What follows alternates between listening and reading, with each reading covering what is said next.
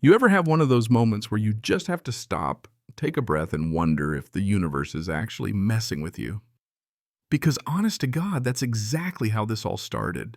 I mean, if you can't stand Karens like the industrial grade clipboard carrying HOA dictator kind, you're definitely in the right place.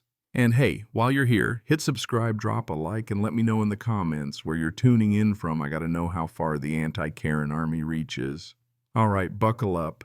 Let me tell you about the time moving into my so-called dream home turned into a one-man war with the Maple Creek HOA and a woman named Carol who made Cruella de Vil look like your sweet old aunt.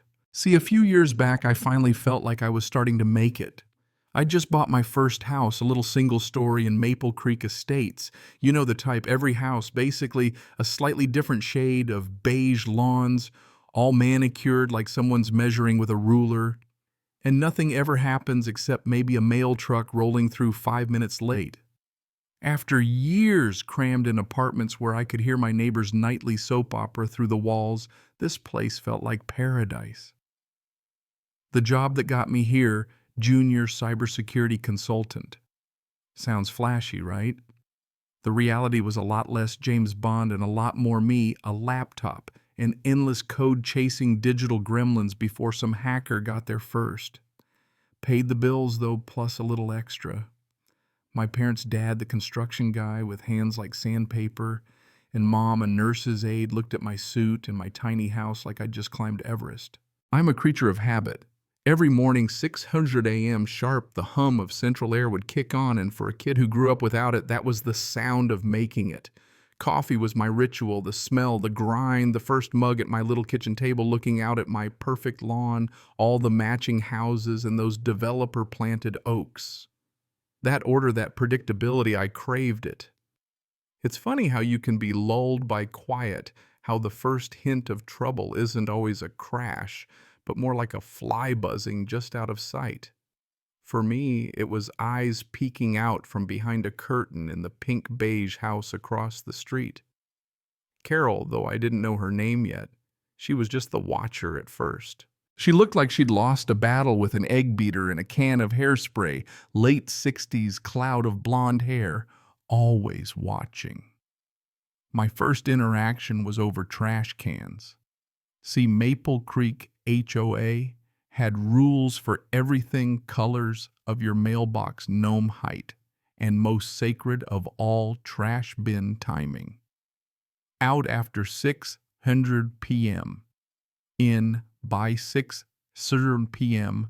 the next day, no exceptions. One brutal Tuesday, after a long work day chasing down a hacked server, I got home almost at 9, wiped out, barely functional. My trash and recycling bins were still at the curb. I figured I'd grab them in the morning. Well, the next day, there's a note taped to my door, 4 perfect pieces of Scotch tape, flowery paper, loopy, cursive. Welcome to the neighborhood. Please be advised. HOA Bylaw 7 Section 4A, and a whole paragraph about aesthetic integrity. I just stared at it, briefcase in hand, wondering who talks like that. And as if on cue, the curtain across the street twitched. I knew. Tried to let it go. Just a silly note, right? Except it felt like the first crack in my little paradise, a sign that the garden had a snake and she wore a chenille robe. My pride and joy at that point. My 3-year-old red sedan, not fancy, but the first new car I'd ever bought. Every Saturday I'd hand wash it, old soul music in my ears, the smell of wax mixing with fresh-cut grass, just losing myself in the ritual. That's when I met Carol for real. She stormed across the street in pink fluffy sandals and a robe hair mashed down on one side and just started in on me.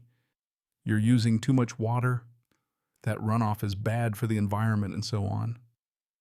I tried to explain biodegradable soap using a nozzle, all that. She wasn't having it. She just stared, then huffed back across the street, robe billowing behind her like the Queen of Mean. After that, it was open season. Notes, official-looking HOA warnings. Every petty thing you can imagine. Crabgrass, a holiday wreath up 2 days too early, you name it. I called it the Karen tax. But I was busy. I was up for a promotion, working late, laser-focused. So I started tuning her out, even waving cheerfully at her just to watch her seethe. Then one Thursday, the day of my big client presentation, the day my whole career could change, I was feeling sharp, nervous in a good way. Stepping out in my best suit, briefcase packed. I'm halfway to my car when I hear it, "You stop right there." I turn and there's Carol standing at the end of her driveway in her robe, finger pointed like she's a cop and I just robbed a bank. I'm thinking, what now? Did my sprinkler hit her yard? Nope. She marches over ranting about you people and how I'm casing the neighborhood or selling something door to door because I leave every morning in a suit with a briefcase. The absurdity of it almost made me laugh.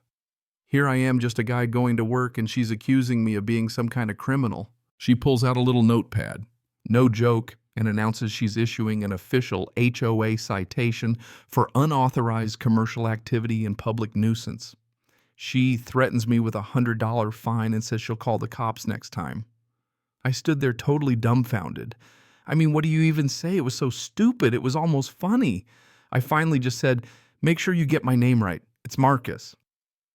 And I drove off, leaving her standing there, notepad in hand, face red, sputtering. But you know what? The anger, the exhaustion, it didn't leave me. I sat in my car at work, hands shaking, thinking about my dad, about all the crap he dealt with in his life, about how I thought things were different now. But then I looked in the mirror, my suit, my tie, everything I'd worked for, and I thought, no way is she ruining my day. I nailed the presentation. I got the promotion, but I knew I couldn't let this go. A week later, I get the dreaded HOA envelope official violation notice, unauthorized commercial enterprise public nuisance, $100 fine box to check if I want a hearing. She really went through with it.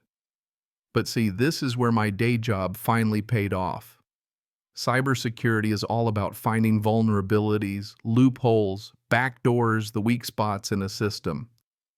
That weekend, I sat down with the 200-page HOA covenant and combed through every last word. And what do I find? Section 9 commercial use. No home businesses, no retail, no exceptions. Suddenly, a light bulb Carol's house has more delivery trucks than Amazon, and I'd seen women come and go with shopping bags. Quick bit of research and boom, Carol's chic boutique, her public Facebook page, running a full-on knockoff purse and jewelry shop out of her living room. So I screenshot everything, print it all out. The night of the HOA board hearing rolls around a fluorescent-lit room that smells like stale coffee and chlorine. Carol comes in smug in her Pepto-Bismol pantsuit, nodding to the board president, Bob. He reads my violations in a bored monotone. When it's my turn, I stand up, keep it professional, and lay out every detail, my job, my schedule, the baselessness of her complaint. Then I drop the evidence, pages and pages of Carol's side business, all in violation of the same rules she used against me. The room goes dead silent. Board members start muttering, residents start whispering. One even says she bought a purse from Carol. Within minutes, the whole meeting devolves into an interrogation of Carol, her little empire collapsing in real time.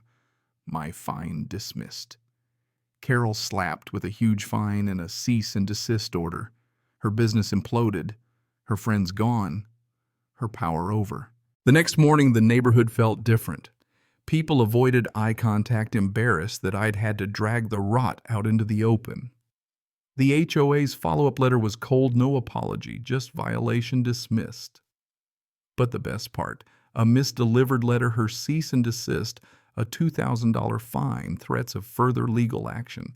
I steamed it open, resealed it, and propped it up on her doorstep with the world's most satisfied smile. Soon after the Facebook page vanished, the parade of shopping bags stopped, and even her lawn, once the neighborhood gold standard, sprouted dandelions like little yellow flags of defeat. Life moved on. I got my big promotion, corner cubicle with a view of the parking lot and everything. My parents were proud. My mom cried. My dad just kept repeating, "That's my boy." When I told him about Carol, he was wary at first.